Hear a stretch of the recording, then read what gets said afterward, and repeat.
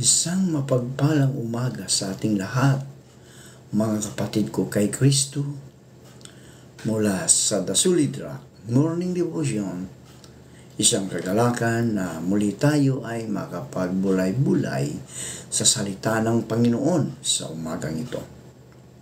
Mga ilang minutong pagbubulay-bulay ng mga salita ng Panginoon upang papurihan at sambahin ang ating Panginoong Hesukristo. Ano ang pagkakaintindi mo sa tungkol sa baptism? May experience ka na ba tungkol dito? Para saan ito? Paano ito ginagawa?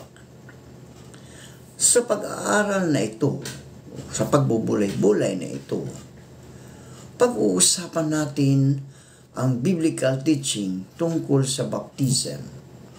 Ito ay minsanang paglulubog sa tubig at pag-aahon mula sa isang taong nananalig kay Kristo bilang pagpapahayag ng kanyang naganap ng pakikipag-isa kay Kristo sa kamatayan at sa bagong buhay.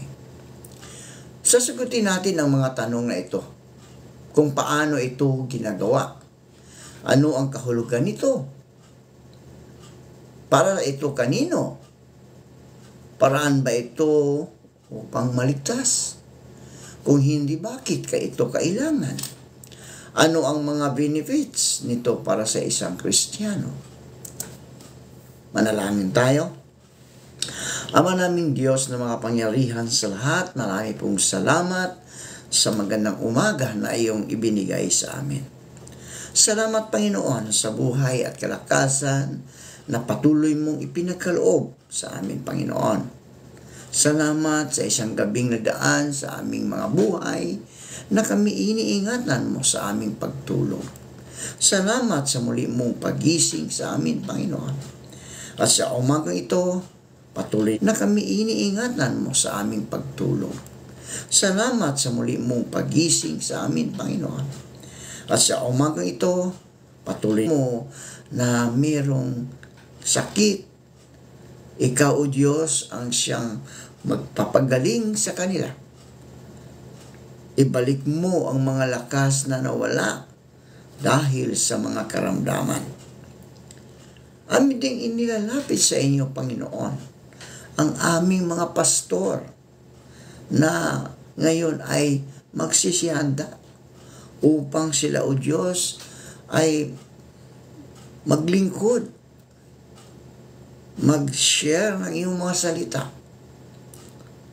upang ang mga hindi nakakarinig ng mga salita mo, Panginoon, ay marinig nila at tanggapin kanila bilang kanilang Diyos at tagapagligtas upang sila, O Diyos, ay magkaroon din sila ng buhay na walang hanggan. Maraming salamat, O Diyos, sa kaligtasan na patuloy mong ipinagkaloob sa amin. Lord, hindi namin mababayaran ang mga utang namin sa inyo dahil ito po ay iyong binayaran ng buhay doon sa krus upang kami, O Diyos, ay maligtas sa kapahamakan sa mga kasalanan na aming namana mula sa aming mga ninuno. Maraming salamat Panginoon sa pagkakataong ito na muli kami ay may oportunidad na makapagpuri, makapananambahan at makapag-bulay-bulay ng iyong mga salita. Salamat O Diyos dahil hindi pa kami pinagbabawalan na makapagbubulay-bulay. Lord, darating ang panahon na ito ay hindi na namin magagawa dahil ipinagbabawal. Pero kami, O Diyos, sabi nga, kapag sumunod sa Panginoong Diyos, handa kaming ipaglaban hanggang kamatayan. Kaya maraming salamat sa Panginoon. Sa pangalan ni Jesus. Amen.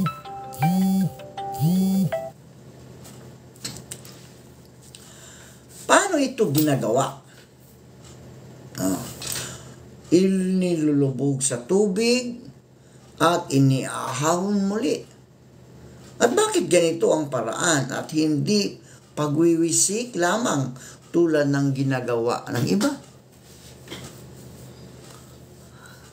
Ang meaning ng Greeks na baptize ay to plant, deep, immerse o ilubog.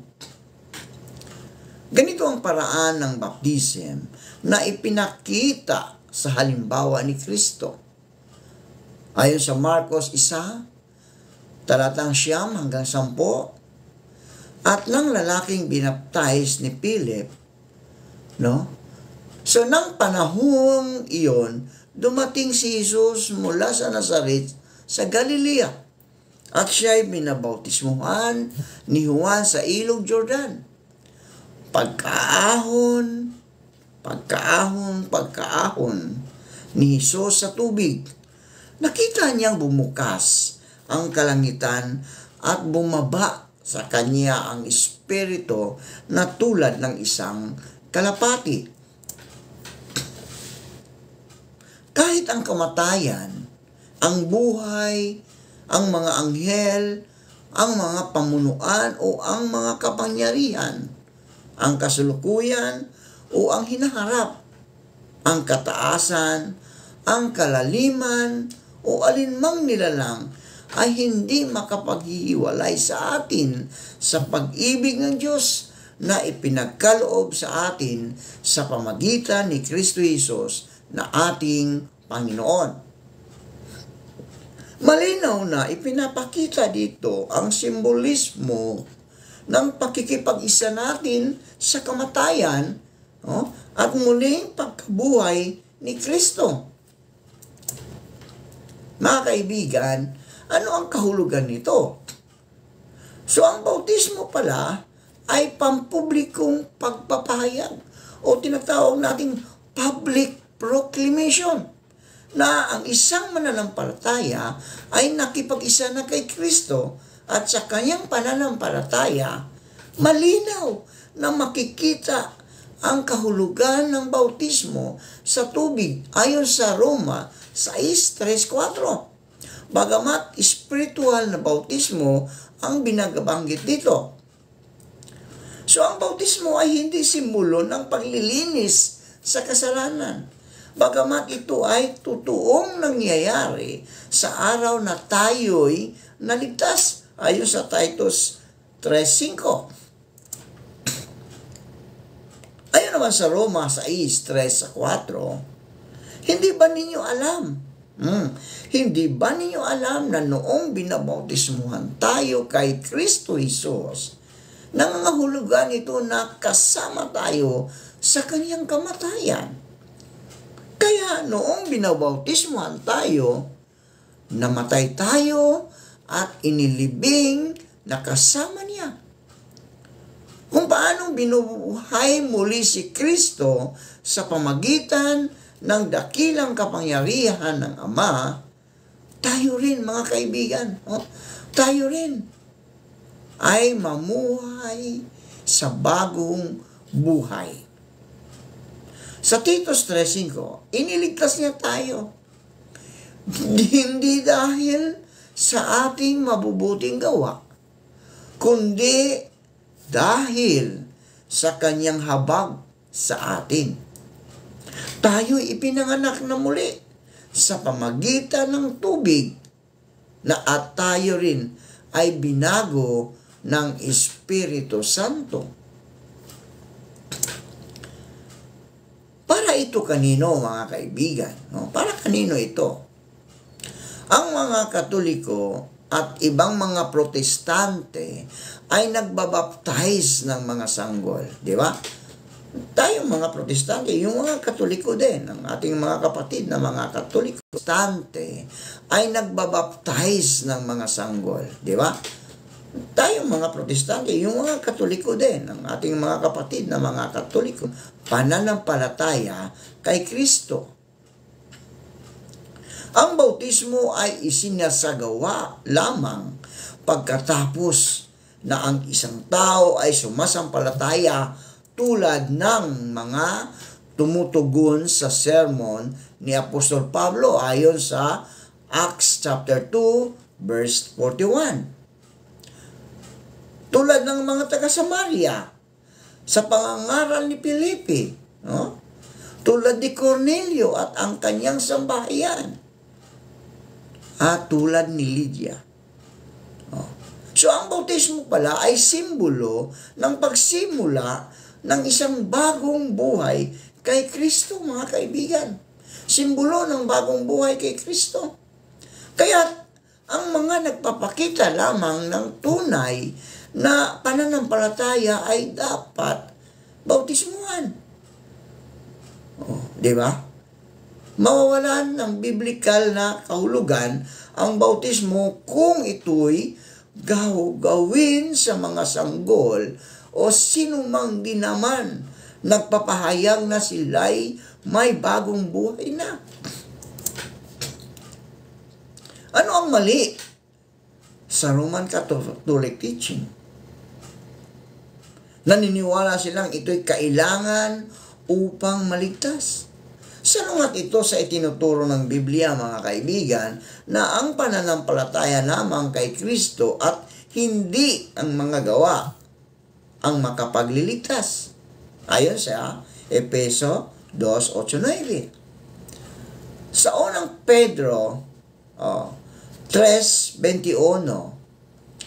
hindi water baptism ang tinutukoy na nakapagliligtas, kundi, ano po mga kaibigan, kundi ang Espiritu.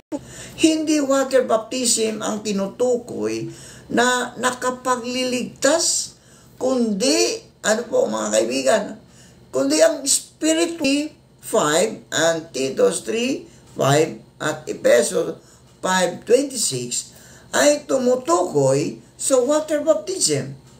Ang paghuhugas sa tubig na binabanggit dito ay hindi water baptism, kundi spiritual cleansing.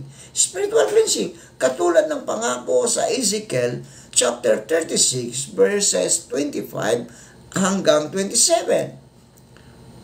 Kung hindi ito nakapagliligtas, mga kaibigan, bakit kailangan gawin?